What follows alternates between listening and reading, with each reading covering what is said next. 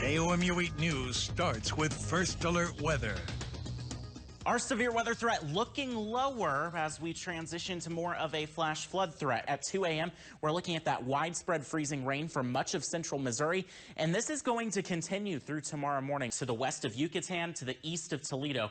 Right here where this red and this green are together, that's where we have some broad rotation associated with this storm. We are also seeing the effect from the smoke of those wildfires out west. If you look behind me here, you can see the hazy tint to the sky. Our main threat with this line of storms is those 70-mile-per-hour wind gusts. And again, that can do a lot of damage. Updraft speeds around 45 miles per hour. That's going to give us pretty small hail. In fact, pea-size to nickel-size hail. And if you're wondering, when does this pattern finally break? It doesn't. Sign me up for that s'mores funnel cake, but not the tuna tacos. No, well, I don't know. Actually, not from a fair. Yeah, that's a good point. 2 to 5 p.m., we're going to see those road conditions continue to improve. That's because that temperature is going from about 31 to 34. And once we're above freezing, any issues are going to disappear. Mainly rain at this point in time, but the temperature continues to drop, and we are seeing some of that sleet mixing in. Roads covered pretty much from Columbia to Jefferson City to the Lake of the Ozarks, partially covered up to the north where they're seeing less of that snowfall. Let's go ahead and take a look at live traffic because things south of I-70 are really a lot more dicey. There's a big change to this forecast, and that big change is that those rain chances are largely gone. Let me show you the reason for that. There's going to be a big area of high pressure building in from the north. That's going to help suppress a lot of our moisture to the south. Parts of northwest Kansas seeing snowfall out of this. We're not going to see that, but we'll start to see some showers off to our west, fighting through some dry air Friday morning. The reason for this heavy rain is ample atmospheric moisture that's going to be increasing associated with that warm front. That's going to be with us all the way through the weekend.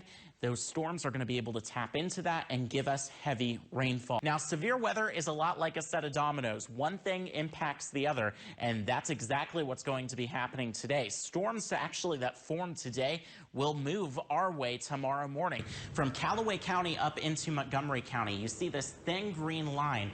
This storm is becoming a little more outflow dominant. That is a good sign in the sense that it is likely going to reduce that spin-up tornado threat.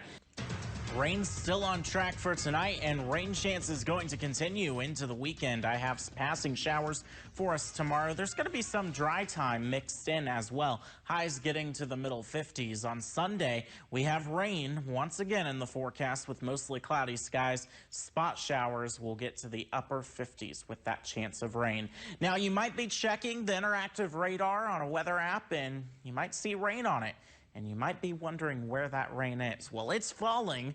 The radar's telling us that, but it's not making it to the ground because we have dry air in place at the surface. And what's happening is that rain is falling. It's moving through that dry air. It evaporates in that dry air. It makes that air less dry progressively. It also cools us off progressively. And you can see those values increasing off to our south and west as that rain continues to push to the east. So this rain is going to be moving in for this evening. It's just moving in at a bit of a slower rate, and that drier air is taking a little bit of a longer time to our road, but it is still going to rain this evening. That rain pushing off to the east as we go through the next several hours. Here's 7 o'clock. You can see continuing to move through central Missouri, and once it starts raining, it's going to continue pretty much all night long. A very light rain into Saturday morning as well. By Saturday midday, I think we're seeing some dry time across the region. A few spot showers still possible, and once again into the afternoon, we may even see some downpours off to the north as those fall apart. Passing showers off to the west for Sunday. We start the day with some breaks in the clouds. I think we do see some sunshine on Sunday, but we'll watch for another round of rain potentially into the afternoon.